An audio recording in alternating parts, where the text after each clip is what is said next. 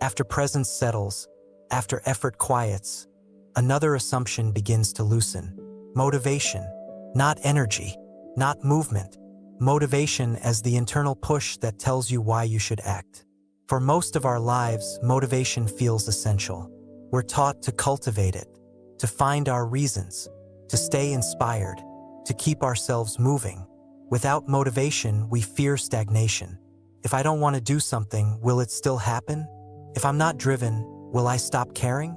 If there's no desire pulling me forward, will life stall? These questions are deeply conditioned, because for a long time, motivation was the engine. It got us through discomfort. It helped us overcome resistance. It made effort feel meaningful. But motivation also came with tension. It required maintenance. It rose and fell. It brought pressure with it. And at some point, motivation begins to feel unnecessary. Not absent, unnecessary. I noticed this when action kept happening even though the urge to act wasn't there. I still got up. I still showed up. I still responded to what was in front of me. But there was no internal speech saying, "You should do this." No emotional push saying, "This matters." Things simply happened, and nothing collapsed. Living without motivation doesn't feel like giving up. It feels like something artificial has been removed. Action becomes quieter, less dramatic, less justified. You don't need a reason to move. You move because movement is required. You rest because rest is required. There's no internal argument to win, no narrative to maintain. Action without motivation is responsive action. It arises from contact with reality, not from an internal drive. This is difficult to trust at first, because motivation was how you proved you were alive, engaged, progressing. Without it, you might worry you're becoming indifferent, but indifference feels flat. Action without motivation feels clean. You're not forcing yourself forward, and you're not resisting. You're responding. This changes how effort feels in the body. Before, effort came with tension. You had to gear yourself up, convince yourself, push through reluctance. Now, effort doesn't require persuasion. If something needs doing, your body moves. If it doesn't, it doesn't. This doesn't mean you avoid difficulty. You still do hard things. But the hardness isn't compounded by internal resistance. You're not dragging yourself through life. You're walking. Living without motivation also changes how procrastination feels. Before, procrastination was a problem, a sign you weren't motivated enough, a flaw to correct. Now, hesitation is just information. Sometimes action waits because conditions aren't aligned. Sometimes energy hasn't gathered yet. You don't label that as failure. You don't whip yourself into motion. You wait. And when movement comes, it comes naturally. This can look strange from the outside. People may still speak in terms of drive and ambition. They may ask what's motivating you, and you may not have an answer. Not because nothing is happening, because nothing needs to motivate it. This isn't laziness. It's precision. Action without motivation is precise. It doesn't overreach. It doesn't underdeliver.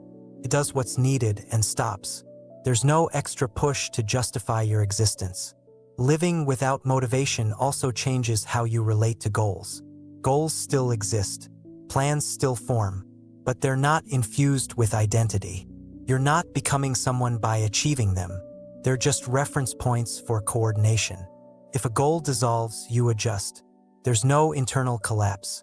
Motivation used to fuse goals with self-worth.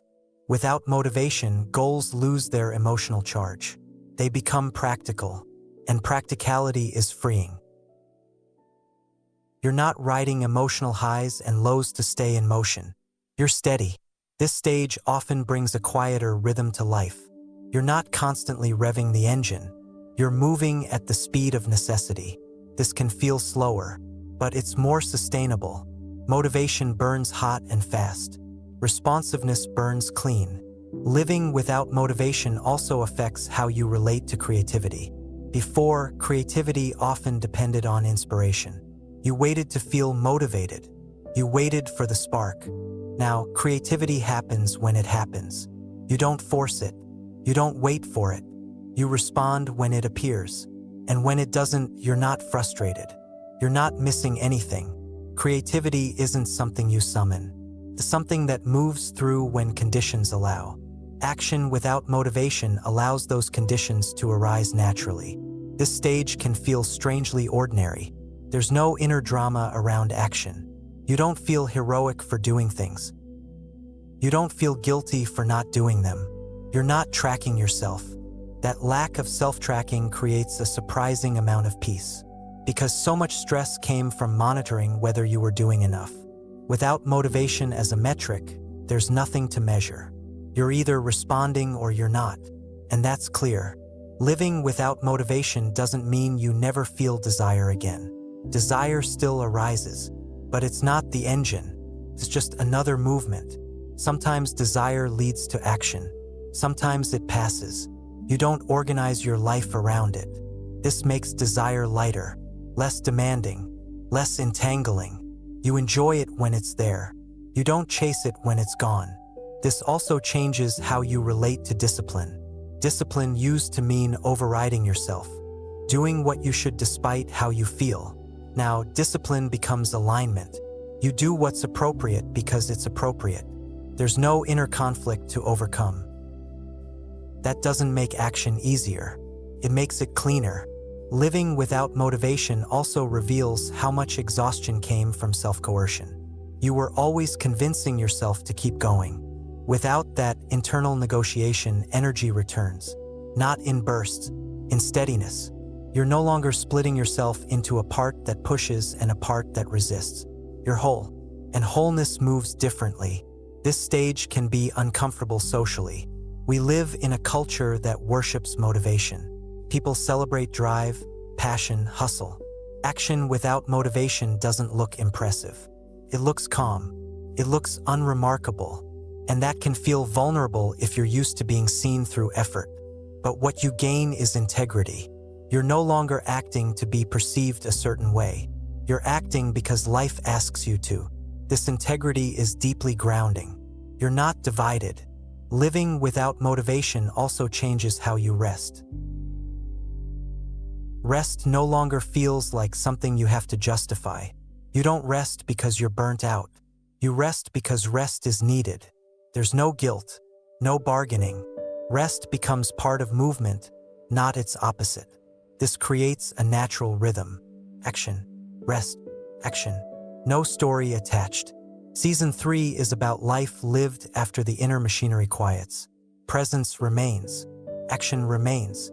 But the middleman disappears. No motivation, no pressure, no narrative, just response. Living without motivation doesn't mean life lacks direction. Direction still happens, but it emerges moment by moment. You don't need to want your life. You live it. That distinction matters. Wanting kept you one step removed. Living brings you here. If you've noticed yourself less interested in convincing yourself to act, if movement feels simpler, less dramatic, if you're doing what needs doing without needing a reason, you're not losing drive. You're discovering a different engine. One that doesn't burn you out. One that doesn't require maintenance. One that responds. And if this reflection met something real in you, liking the video helps it reach others who may be noticing the same quiet shift without knowing how to name it. If someone came to mind while listening, sharing it may help them feel less alone in this new rhythm. You're welcome to subscribe if you'd like to continue through this season, not to find motivation, but to notice how life moves without it, unfinished and moving.